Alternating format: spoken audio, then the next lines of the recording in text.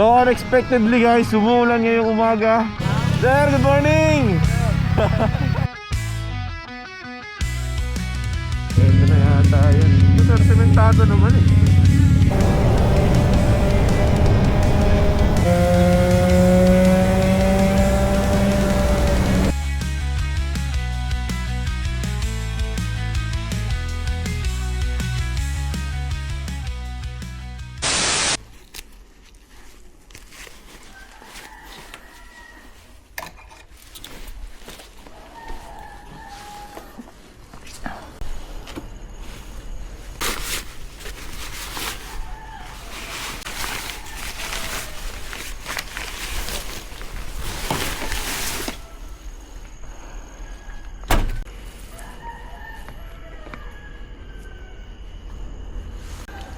What is up guys, it's your boy Kuya Juicy and we're back again for another episode of our vlog.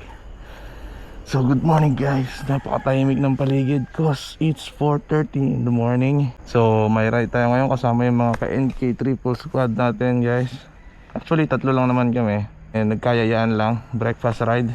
So nandito yung dalawang baby natin sa labas kasi pinapagawa natin yung bahay. Tagpuan namin is 4:45 sa Startol. Sorry mga kapitbahay, sorry talaga. So hindi na naman to cold start kasi napatakbo na natin ito kagabi. Medyo hintayin lang natin yung medyo dito na konti yung makina. So 4:45 sa first lay-by ng Startol.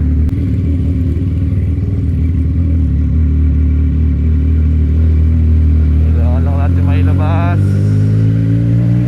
Napakaingay talaga. Hanggat maaari kung pumihol lang si linyador. Pagkagantong kaagad talaga nakakahiya sa kapitbahay, no? Subdivision pa naman to. So ayun, good morning guys. Another day, another ride. So for today's episode guys, kasama natin mga ka-NK triple squad natin. Well, tatlo lang kami, si Sir Paul at saka si Sir Jerome. So si Sir Jerome kasi matagal na nag-aaya ng ride yun. Sabi niya once nakauwi siya rin sa Batangas, so niyaya ko na rin siya kasi may breakfast ride talaga kami ni Sir Paul ngayon eh. Pupuntahan natin for today's episode is Simbahang Bato. Famous yung Simbahang Bato sa mga riders, no? First time natin pupuntahan. And mukha namang alam ni Sir Pons yung dadaanan natin. Mukha namang napuntahan niya na before. So siya na lang yung mag-guide sa atin. Bukas na lang din siguro ako ng Waze mamaya, no?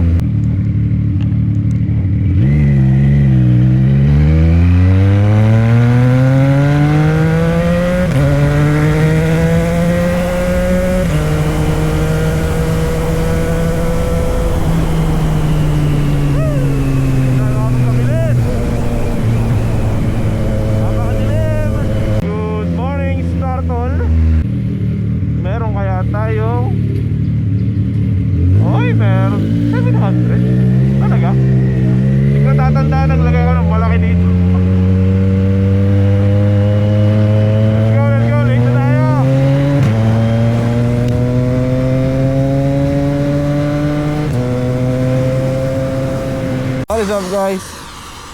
So nandito tayo sa first lay-by ng Startol. Waiting tayo kay Sir Jerome. And it's almost 5 o'clock. Waiting na rin si Sir Pons dun sa exit ng Balete. So unexpectedly guys, umuulan ngayong umaga. Sadly. So wala tayong magagawa, nandito na tayo. Susuong na tayo. So mukhang nandito na siya. Nandito na si Jerome. Saglit lang naman tayo naghintay. Sir, good morning! Sa ano tayo, exit ng Balete. Sige. Hindi ako nakapagpalit ng lens pag mamadali ko. Wala po tuloy ako ngayon. Ano, sunod ka na lang? Ngayon ka lang ba nagpunta rito dyan? Hindi naman, pero hindi ako sa south. Oh, sige, sige. Alright. Go, let's go. So guys, tara na.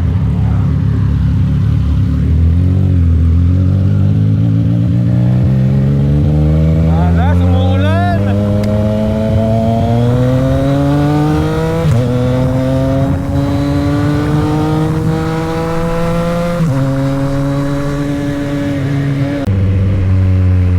We are here at Tanawan Exit.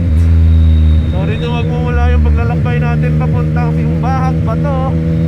Ito rin yung daan papuntang Tagaytay. Kung gusto mo mag-expressway galing Batangas papuntang Tagaytay, dito ka, pwede ka rin dito dumaan.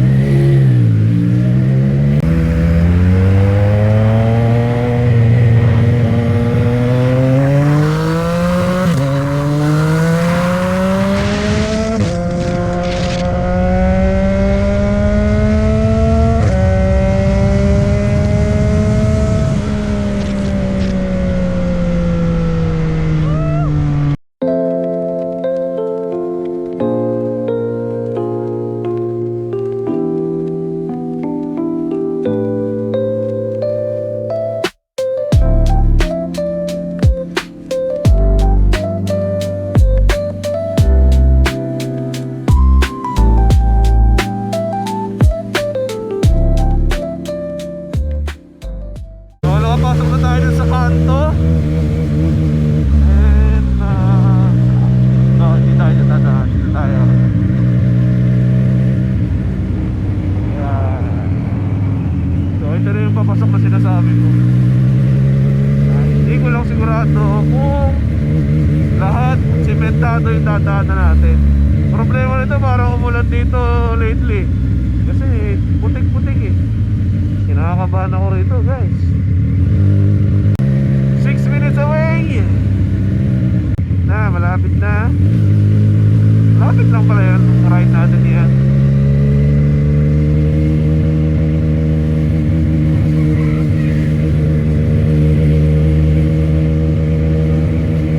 Mapapansin nyo, nasa higher gear tayo kasi ayaw ko mambulahaw rito. Napaka-peaceful ng paligid at dadaan na naka-open 5. This way to Simbahang Bato. Yan, malapit na tayo. May mga signage na eh. Malapit na tayo. Ito na yata yan. Pero sementado naman eh.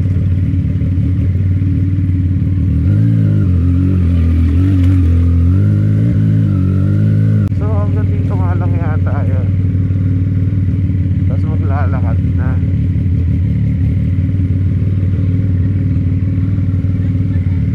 Diretso po.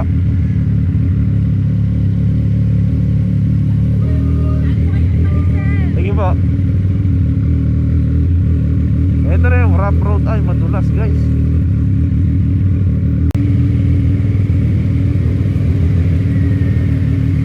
Namimiss ko na yung ganyan tunog. Pwede nyo nasariwa ng helmet. Tira mo po binabantayan ko dito. Pwede na po. Pero po wala na kong bitbit. Ah, sige po.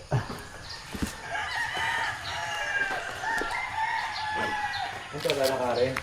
Oo, Sir Pons. Puta, buti nauna ka. Ah, dibdib pala yung lugar, ano? Oo. Napanood ko nga rin sa mga vlog. Ha? Ano? Napanood ko dun sa mga vlog. May rough road talagang konti. Konti lang naman. Pwede raw nating iwan yung mga helmet natin dito.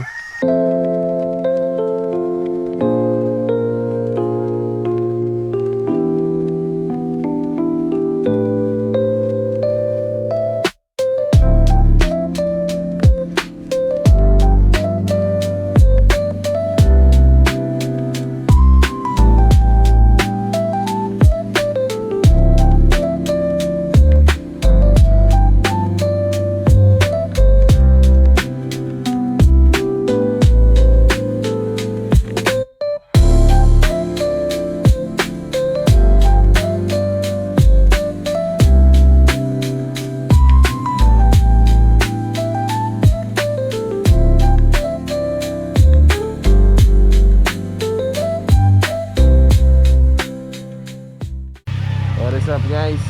So palis tayo ng Simbahang Bato. Bali hanap lang tayo ng mapapag-breakfastan kasi breakfast ride to. Team Gray tayo ngayon, Team Gray. Pag binuhay ko to, wala na, hindi na magkakaarinigan dito.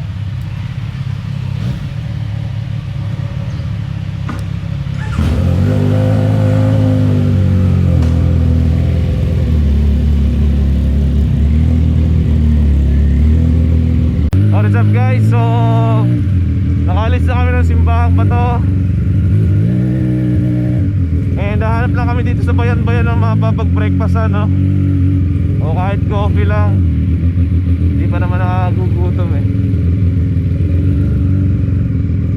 Grabe pala guys no? Ang ganda pala doon. Akala ko maliit lang yung lugar na yun eh. Ang laki pala.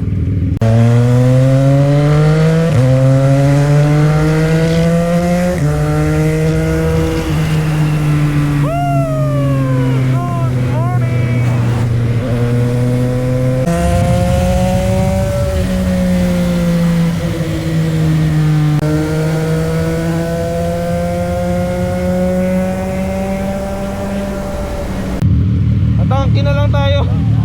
Wala akong makita kainan eh. Tatangkin na lang sa Malbar. Ah.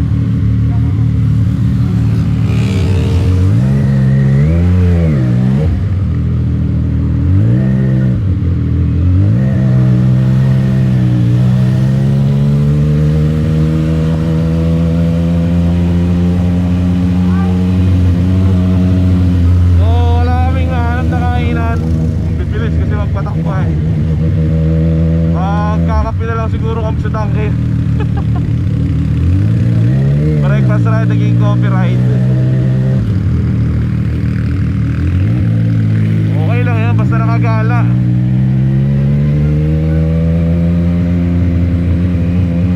So pasok na tayo ng Startol.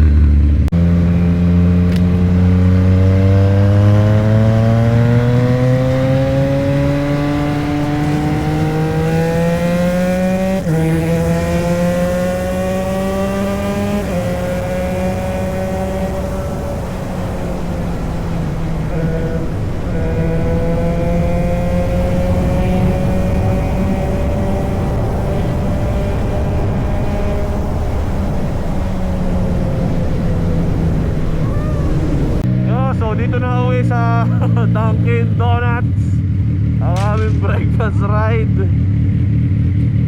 Wala akong alam na kainan dun eh. Okay din. Nauwi sa Dunkin Donuts. Bossing. 6 yan. 75 po. 6. 75? Nauwi sa Dunkin Donuts. Wala naman akong alam na kainan dun eh. Ano? Gusto niyo ba mag-breakfast o coffee lang? Ha? Coffee lang o breakfast? Coffee na lang.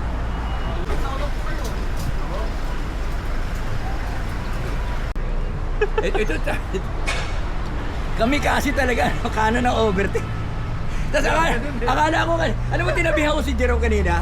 Alam mo sumigaw lang ako ng kamote. Akala ko papatulan ko eh. Yung naka-raider, di ba? Yung kanina. O yung kanina. Madaming ganun. Hindi na ako ubus sa kalsada yung mga ganun. Yung pala yung ano. So guys, nauwi sa Dunkin Donut ang aming breakfast ride. So naka-live pa kami. Sila, papunta pa lang sa ride. Kami pauwi na, di ba? Dami yata masyadong parokyano nitong metro na to sa Malbar. Pag Saturday, Sunday, sobrang daming tao rito. I don't know why. Parang naging tagpuan lang ng mga taga-south to. So paano guys, puputulin ko na lang muna dito yung video natin. Wala na rin tayong battery sa camera eh. So kung nagustuhan nyo yung video natin, please don't forget to leave a like and subscribe sa channel natin dyan sa baba. Again, this is Kuya Juicy